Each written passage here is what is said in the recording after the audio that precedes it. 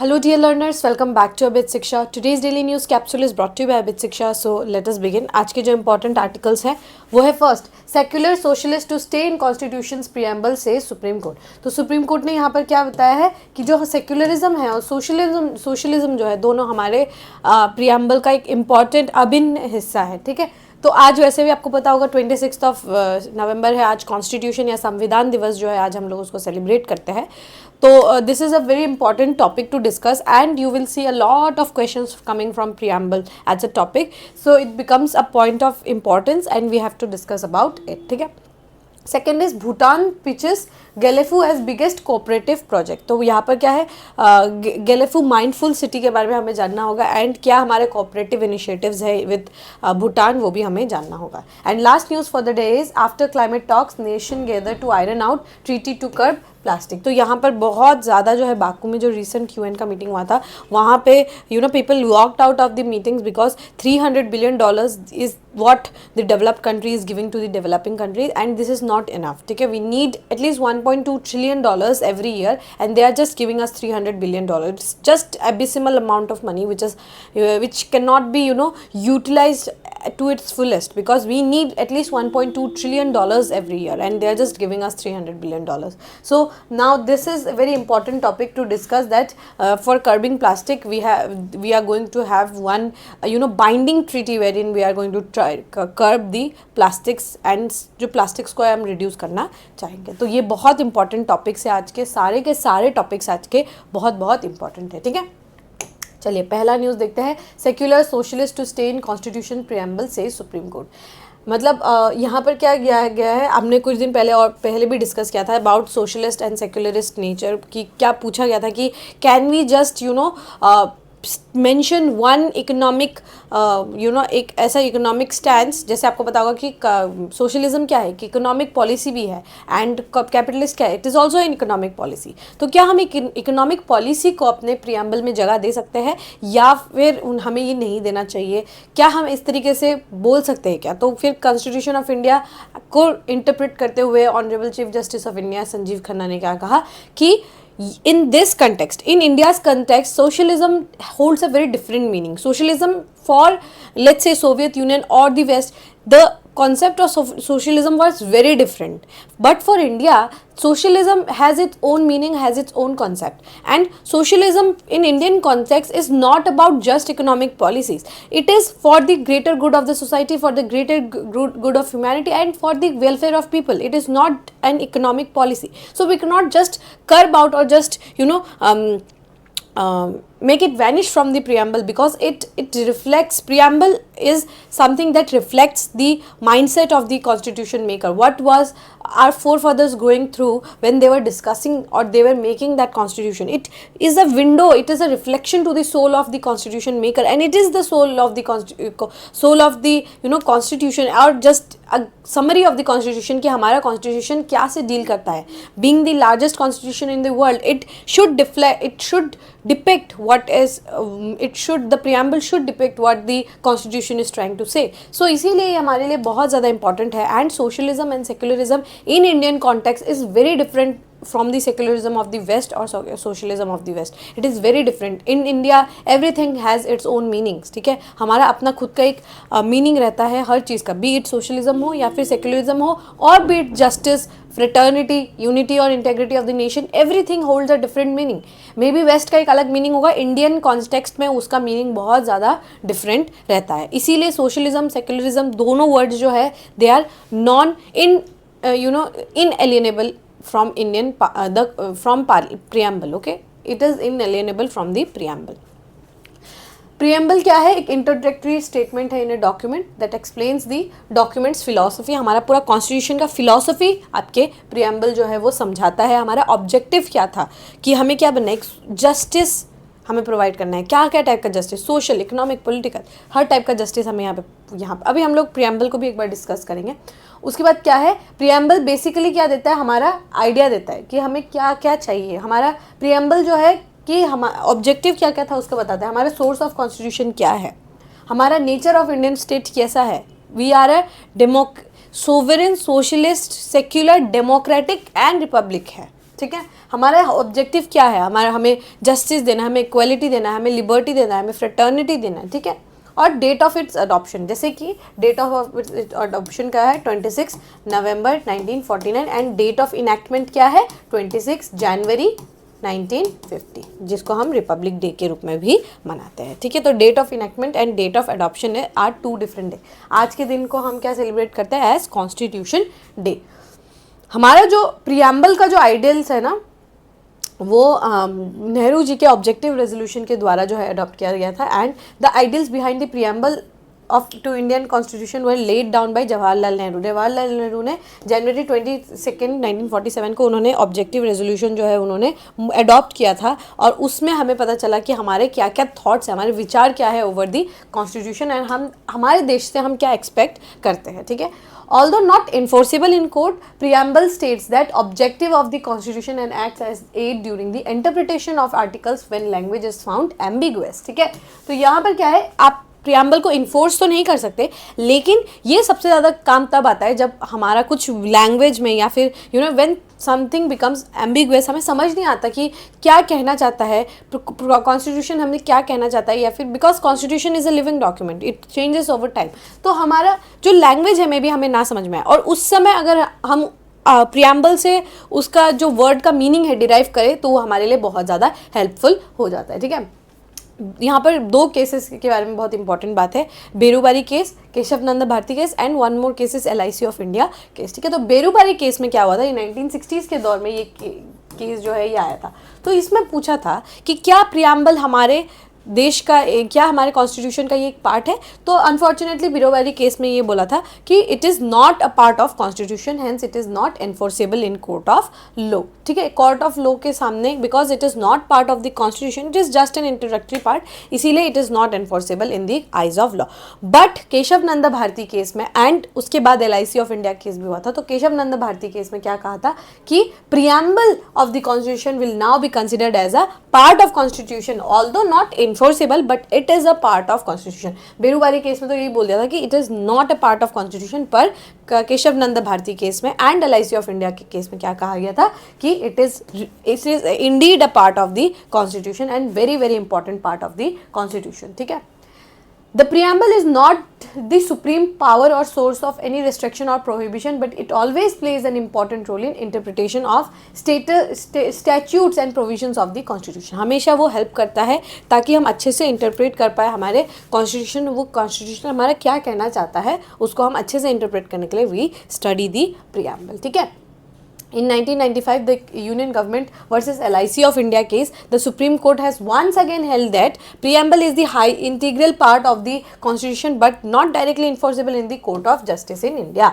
तो LIC of India case में भी ये कहा है, it is very well the part of the Indian Constitution, but it is not enforceable like your fundamental rights, those are enforceable in the eyes of law, right? लेकिन DPSPs they are also very important part, but they are not enforceable in the eyes of law। तो वैसे ही preamble भी जो है बहुत important part है, पर it is not enforceable in the eyes of law, in the court of justice, ठीक है।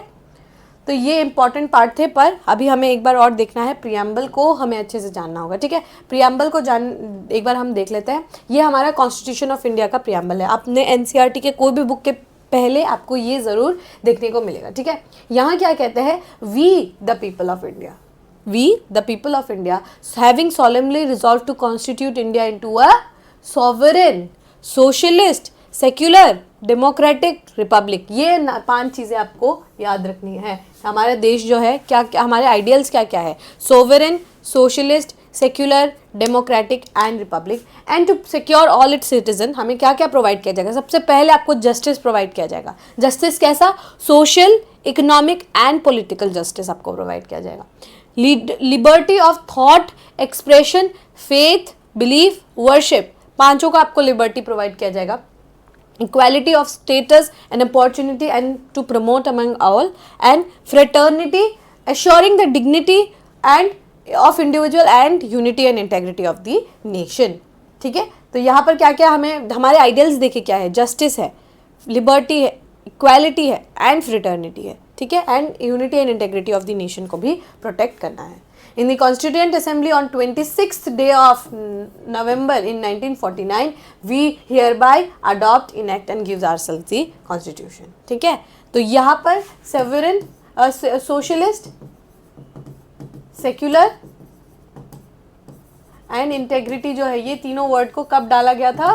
इन 42nd constitutional amendment act. And 42nd constitutional amendment act जो है, यहाँ पर क्या जजमेंट जो है केशवानंद भारती केस के बाद जो है ये 42nd कॉन्स्टिट्यूशनल अमेंडमेंट एक्ट लाया गया था। यहाँ पर क्या बोला था, इसको 42nd एक्ट को हम लोग मिनी कॉन्स्टिट्यूशन भी कहते हैं, क्योंकि बहुत मेजर चेंजेस जो है ये कॉन्स्टिट्यूशन में लाया गया था। और यहाँ पर 42nd कॉन्स्टिट्यूशनल अमेंडमेंट एक्ट ने जो टर्म है सोशलिस्ट, सेक्युलर एंड इंटेग्रिटी जो है ये ऐड किया था via the 42nd constitutional amendment act of 1976। Socialist and secular were added between sovereign and democratic, sovereign फिर सोशलिस्ट सेक्युलर फिर डेमोक्रेटिक फिर आपका republic, and unity of the nation was change to unity and integrity of the nation. ठीक है, unity and को change करके हमने क्या किया, unity and integrity of the nation किया। ठीक है, यहाँ तक आप लोगों को समझ में आ गया होगा, वेरी वेरी इंपॉर्टेंट। ठीक है, तो ये जो आपको है ना preamble, you should do it by heart, आपको पूरा बाय हार्ट याद होना चाहिए प्रियम्बल। ये काफ़ी इजी भी है लेकिन सबसे ज़्यादा इंपॉर्टेंट भी है, आपको कभी भी पूछा जा सकता है। ठीक है, about the preamble. Next is Bhutan pitches Gelephu as biggest cooperative project. ठीक है, तो गेलेफू जो है यहाँ पर क्या है, हम बहुत बड़ा एक कोऑपरेटिव प्रोजेक्ट जो है वो बनाना चाहेंगे विद भूटान। ठीक है, तो pitching the upcoming Gelephu mindfulness city GMC। ठीक है, GMC जो है गेलेफू माइंडफुलनेस सिटी है, एक बहुत बड़ा हम लोग कोऑपरेटिव प्रोजेक्ट करना चाहते हैं विद भूटान एंड इंडिया जो है। और यहाँ पर क्या है कि एक जीरो कार्बन सिटी जो है वो हम डेवलप करना चाहते हैं इन गेलेफू में हम क्या करना चाहते हैं, एक जीरो कार्बन सिटी जो है वो हम बनाना चाहते हैं विद भूटान। ठीक है, mister Tobgay speaking at the first global conference on international cooperative alliance. ठीक है, इंटरनेशनल कोऑपरेटिव अलायंस में प्राइम मिनिस्टर मोदी भी थे एंड शेरिंग तोब्गे जी जो है वो भी गए थे। एंड वहाँ पर उन्होंने पहली बार बोला और उन्होंने ये आशा रखा कि हम गेलेफू को एक गेलेफू माइंडफुलनेस सिटी जो है वो बनाएंगे, जहाँ पर वो क्या होगा, जीरो कार्बन सिटी होगा। आपको पता ही है कि the only country in the world that is zero carbon या फिर नेट जीरो उनका है, that is carbon negative country अगर कोई है दैट इज ओनली भूटान ही है जो है कार्बन नेगेटिव, एकमात्र कंट्री है जो कि कार्बन नेगेटिव है। ठीक है, nearly 3,000 delegates including 1,000 representatives from 100 countries were attending the 5-day event being held in Delhi hosted by Union Home Ministry and Ministry of Cooperation Amit Shah. ठीक है, तो यहाँ पर क्या हो रहा है, इंडिया में इंटरनेशनल कोऑपरेशन अलायंस जो है यहाँ पर बनाया गया है और वहाँ पर 3,000 से भी ज़्यादा डेलीगेट्स जो है वो आए हैं एंड उन्होंने यहाँ पर गेलेफू माइंडफुल सिटी जो है, माइंडफुलनेस सिटी जो है उसको बनाने की बात यहाँ पर की है। ठीक है, इंटरनेशनल कोऑपरेटिव अलायंस क्या है, ये कब एस्टैब्लिश हुआ था, 1895 में during the first cooperative Congress जो कि लंदन इंग्लैंड में हुआ था। One of the oldest NGO representing one, ये क्या है, ये अलायंस जो है ये क्या है, एक NGO है एंड ये क्या है, वन ऑफ द ओल्डेस्ट है कि जिसके मतलब आपका NGO है जिसमें 105 मेंबर कंट्रीज है। इसका एम क्या है, to unite cooperatives world wide, जो भी कोऑपरेटिव्स है, जैसे आपको पता होगा अमूल कोऑपरेटिव है, उसी टाइप के बहुत बड़े बड़े जो है कोऑपरेटिव जो है वो आपको देखने को मिलेंगे। तो to unite the cooperative world wide, promote sustainable development and support member organisations. इसका हेडक्वार्टर कहाँ है, ब्रुसेल्स इन बेल्जियम में उसका हेडक्वार्टर है। इसका एम क्या है, ऑब्वियसली यूनाइट करना, सस्टेनेबल डेवलपमेंट करना, गुड फॉर ऑल, उस टाइप का इनका कॉन्सेप्ट है। समिट्स क्या है, रेगुलरली जो है global and inter regional summits जो है वो होते रहते हैं ताकि जितने भी आपके चैलेंजेस है, आपके कोऑपरेटिव सेक्टर के जितने चैलेंजेस है उसको हम लोग कम कर पाए या फिर उसको टैकल हम कर पाए। ठीक है, अब हम जान लेते हैं गेलेफू माइंडफुलनेस सिटी क्या है। ये क्या है, एक हम गेलेफू माइंडफुलनेस सिटी आप ऐसे समझ सकते हैं, एक सिटी है जिसको हम डेवलप करना चाहते हैं इन भूटान। ठीक है, भूटान में हम जो है एक माइंडफुल सिटी बनाना चाहते हैं जो कि आपका काइंड ऑफ एक डेवलप्ड शहर भी हो लेकिन कार्बन न्यूट्रल भी हो। ठीक है, वहाँ पे कार्बन जो है वो नहीं होना चाहिए, सस्टेनेबल सिटी एक बेसिकली हम बनाना चाहते हैं इन भूटान। भूटान का जो है ये क्या बना, ये गेलेफू क्या बनना चाहता है, एक रीजनल इकोनॉमिक हब भी बनना चाहता है। भूटान जो है, भूटान का गेलेफू टाउन जो है ना, वो एक रीजनल इकोनॉमिक हब भी बनना चाहता है। और हमारा यहाँ आसाम से ये बॉर्डर करता है ना, कोकराझार से ये बहुत करीब है, ठीक है। कोकराझार के Gelephu city is very close to Kokrajhar. I will show you in the map also. तो यहाँ पर क्या है कि भूटान के किंग ने इसका जो प्लान्स है ये 2023 में ही लॉन्च करने की यहाँ पे बात हुई थी। तो यहाँ क्या है, एक वो उसको हम गेलेफू माइंडफुलनेस सिटी को हम एक कार्बन न्यूट्रल सिटी बनाएंगे। और ये क्या है, बहुत सारे नॉन पोल्यूटिंग इंडस्ट्रीज जो है वो हम यहाँ पे सेटअप करेंगे। जैसे आईटी सेक्टर हो गया, जैसे वो वाइट सेक्टर्स हो गया ना, वाइट सेक्टर्स जैसे जो कि पोल्यूशन जो है वो कम क्रिएट करता है। लाइक आईटी सेक्टर हो गया, एजुकेशन हो गया, होटल हो गया, टूरिज्म हो गया, हॉस्पिटलिटी हो गया। ये हॉस्पिटल जो सेक्टर्स है वो सब क्या है इस माइंडफुल सिटी में रहेगा। कोई भी इस तरीके का इंडस्ट्रियल सिटी या फिर जो पोल्यूटिंग सिटी, पोल्यूशन जो क्रिएट करे उस टाइप का हम नहीं बनाएंगे इन गेलेफू, बट एक बहुत ज़्यादा सस्टेनेबल, एक बहुत ज़्यादा ग्रीन सिटी हम बनाने की यहाँ पे बात कर रहे हैं, ठीक है। और यहाँ पर इन्वेस्टमेंट होगा हेल्थ एंड वेलनेस में, ठीक है। मतलब और हेल्थ एंड वेलनेस जो है हम इसका फोकस बनाना चाहते हैं इन भूटान, ठीक है। भूटान में ये हेल्थ एंड वेलनेस को लेकर ये एक सिटी बनेगा and it will be a very mindful city. इसीलिए इसका नाम क्या है, माइंडफुलनेस सिटी है ना, Gelephu mindfulness city. It is very unique concept in its own, ठीक है। एग्जाम्पल्स है बहुत सारे प्लान सिटी के, जैसे न्योम है आपके सऊदी अरेबिया में, इंडोनेशिया का नुसंतरा है, हांगकांग, सिंगापुर, ये सारे क्या है प्लान्ड सिटीज़ है ना। वैसे ही इसको गेलेफू को भी हम लोग एक प्लान्ड तरीके से, जैसे Chandigarh is a planned city, ठीक है, वैसे हम क्या है गेलेफू को भी एक प्लानिंग करके जो है प्लान्ड सिटी जो है वो हम बनाना चाहते हैं, ठीक है। स्ट्रेटेजिक लोकेशन है, उसका लोकेशन भी काफ़ी बढ़िया है। मैप में अगर आप देखें, ये रहा गेलेफू, ये रहा कोकराझार, यहाँ से हम ऐसे आके कनेक्ट कर सकते हैं to rest of India and then to rest of the world. तो ये उनके हमारे एक्ट ईस्ट पॉलिसी में भी काम आएगा और आपके भूटान को तो फ़ायदा होगा ही होगा, पर साथ में इंडिया का भी बहुत ज़्यादा यहाँ पर फ़ायदा होगा। भूटान में टूरिज़्म बढ़ेगा, भूटान में people will go there for wellness and health, ठीक है, for connecting to the nature also, for healthier, मतलब लोग घूमने फिरने जाएंगे तो भूटान का इकोनॉमी भी राइज होगा, ठीक है। तो यहाँ पर गेलेफू को इसीलिए ज़्यादा जोर देके बनाने की हम कोशिश कर रहे हैं, ठीक है। एंड जो हमारा एक्ट ईस्ट पॉलिसी है इंडिया का, उसके लिए भी ये बहुत ज़्यादा इंपॉर्टेंट एक पॉइंट रहता है।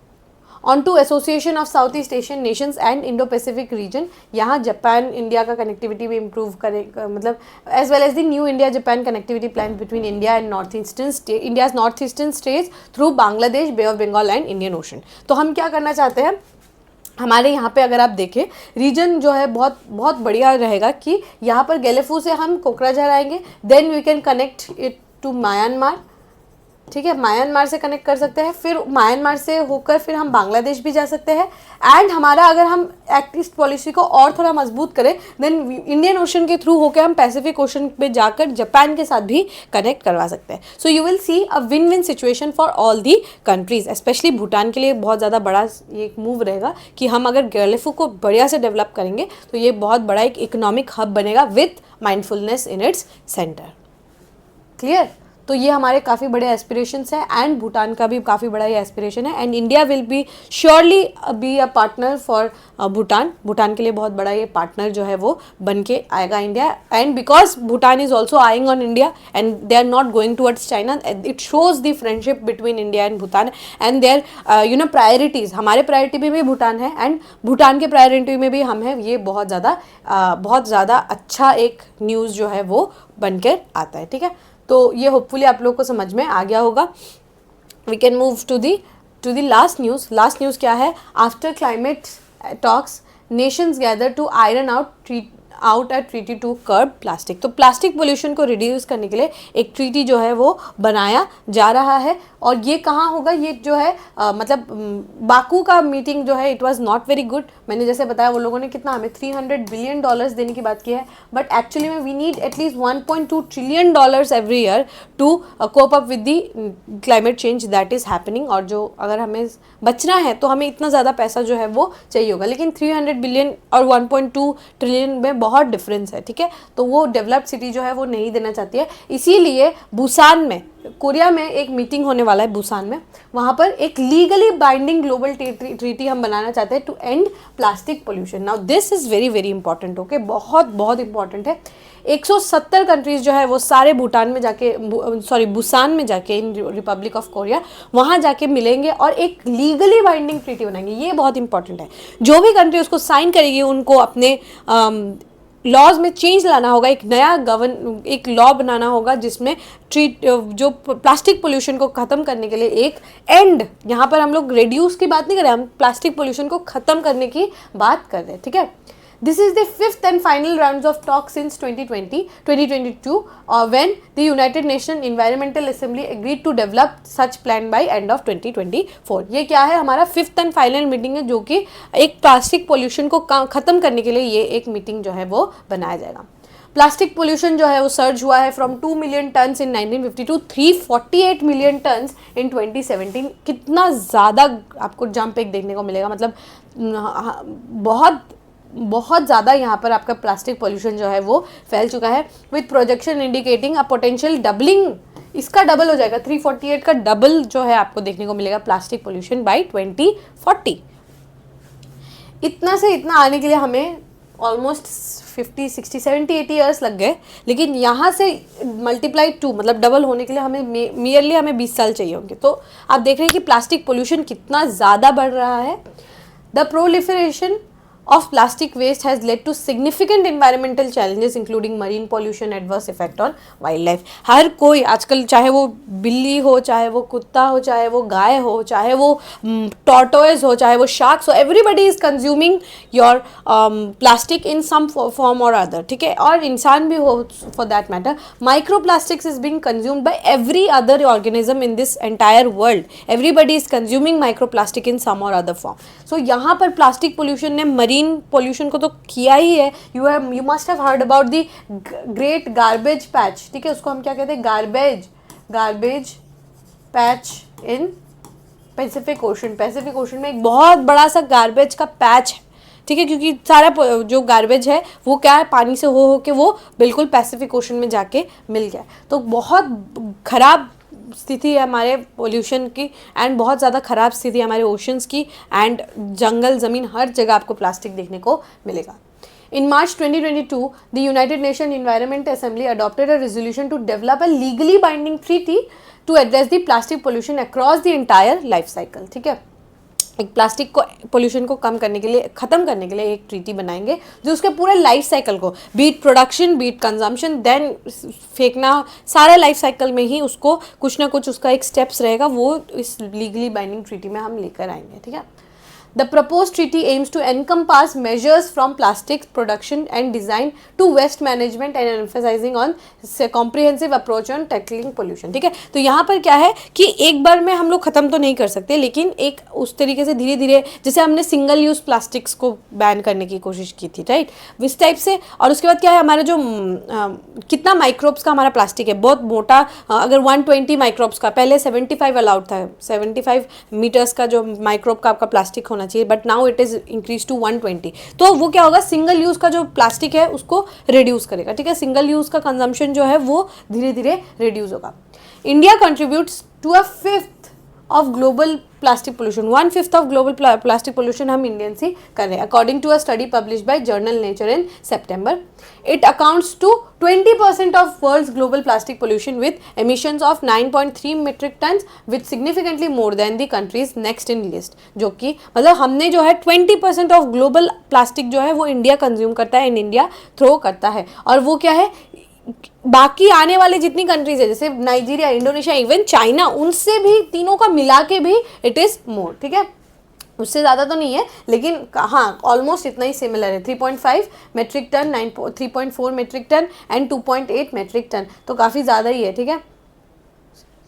ऑलमोस्ट 10 मेट्रिक टन के आसपास, ये तीनों कंट्री मिलके 10 मेट्रिक टन के आसपास करते हैं पोल्यूशन, और हम अकेले 9.3 मेट्रिक टन जो है वो पोल्यूशन में जो है कंट्रीब्यूट करते हैं। तो 20% of global plastic pollution is been done by India, ठीक है। India has made clear that it does not support any restriction on production of polymers. Any restriction are beyond the mandate of UNEA resolution adopted at Nairobi in 2022 according to India. तो यहाँ पर क्या है, हम लोगों ने बोला है कि हम लोग कोई भी पॉलीमर्स का प्रोडक्शन में हमने कोई भी रेस्ट्रिक्शन जो है वो नहीं लगा के रखा है, एंड जो भी रेस्ट्रिक्शंस है वो इन अकॉर्डेंस विद जो नाइरोबी में जो भी ट्रीटी साइन हुआ था वहाँ उसके अकॉर्डिंग ही हमने जो जहाँ जहाँ बैन करना था वहाँ पे हमने बैन किया है, एंड जहाँ नहीं करना था वहाँ पे अभी भी हमने कोई रेस्ट्रिक्शन नहीं लगाया. The country has also sought to inclusion of financial and technological assistance and technology transfer in substantive provisions of final treaty. ठीक है, तो हमें क्या चाहिए, हमें obviously see now it comes right कि $300 बिलियन आप दे रहे हैं, आपको प्लास्टिक पोल्यूशन भी कम करना है, आपको वाइल्ड लाइफ भी प्रोटेक्ट करना है, आपको बायोडाइवर्सिटी भी प्रोटेक्ट करना है, आपको सस्टेनेबल डेवलपमेंट गोल्स भी करना है. तो एक देश जो कि इतना बड़ा है and you are just giving $300 billion to the entire world, entire developing countries को आप बस $300 बिलियन दे रहे हैं. This is not done. ठीक है, ये कोई मजाक नहीं है. इट इज एंड आप टेक्नोलॉजी भी ट्रांसफर करना चाहते हैं. यू नो प्लास्टिक पोल्यूशन जो है वो कैसे शुरू हुआ था, वेस्ट ने शुरू किया था right. So now instead of schooling us, you guys should have given us money or guys should have given us technology कि आप ऐसे change करिए, but no, they are not willing to give any of those. ठीक है. On the exclusion of harmful chemical used for plastic production, India has said that any decision should be based on scientific studies and regulation of such chemicals should be regulated domestically. ठीक है, तो जो भी आपको decision लेना होगा वो आपको क्या है, साइंटिफिक स्टडी के तौर पे आपको यहाँ पर डिसीजंस जो है वो बनाना होगा. ठीक है, इंडिया ने जो है सिंगल यूज़ प्लास्टिक को बैन कर दिया है, और जो सिंगल पतले जो प्लास्टिक है, बट अनफॉर्चुनेटली अभी भी हमें मिलते हैं, आपको भी पता है, हमें भी पता है, मार्केट में अभी भी सिंगल यूज़ प्लास्टिक ढेरों है. ठीक है. However, the country has said that a decision on the issue of including certain plastic item for phase out in the final treaty should be pragmatic and regulation should be nationally driven, taking into account the national circumstances. अब ऐसे ही धड़ल्ले से उठ के एक दिन आप नहीं कह सकते कि प्लास्टिक खत्म, देन हमारे बहुत इंडस्ट्रीज़ को भी इम्पैक्ट करेगा. बहुत सारी इंडस्ट्रीज़ है जो कि पॉलीमर्स में काम करती है, प्लास्टिक्स के उसमें काम करती है. Then you should make decision that should be pragmatic, that should be comprehensible, that should be on the basis of national circumstances. हमें क्या, हमारे circumstances में क्या सही है, उस टाइप का एक ट्रीटी जो है वो हमें बनाना चाहिए. Saudi Arabia, Iran, Russia, Kazakhstan, Egypt, Kuwait, Malaysia and India have expressed resistance to stricter mandates and have instead proposed measures such as innovative waste management and sustainable plastic use. मतलब हमने जो है बहुत सारी कंट्रीज़ ने हमारे साथ, जैसे मलेशिया हो गया, सऊदी अरब हो गया, रशिया हो गया, कजाकिस्तान, इन सारी कंट्रीज़ ने थोड़ा रेजिस्टेंस दिखाया है प्लास्टिक को लेकर. पर रवांडा, पेरू, यूरोपियन यूनियन, इन्होंने क्या कहा है, एम्बिशियस टारगेट दिया है प्लास्टिक पोल्यूशन को ख़त्म करने के लिए. So now when they are developed, and Rwanda, Peru की बात नहीं कर रही, but European Union now they are developed, so they want plastic pollution to be ended, but every plastic pollution was created by them only. ठीक है, हर type का pollution जो है इन्होंने किया है. So now they are the one who are schooling us. So this is something that is very much seen in the global water. ठीक है, तो यहाँ पर जो होगा बुसान में, we will cover it to the core. अच्छे से हम कवर करेंगे जो भी डिसीजंस लिए जाएंगे इन दी ट्रीटी. ठीक है, एंड ये ट्रीटी काफ़ी जल्दी आएगा, इसी आई वुड से 2024 के एंड में ही शायद एक ट्रीटी जो है वो बन सकता है. ठीक है, so we will have a greater discussion on that. ठीक है, with this we have come to end of today's daily news discussion. If you have liked this discussion, don't forget to give a like and write down in the comment section. We will meet in the next discussion. Till then, take care and thank you.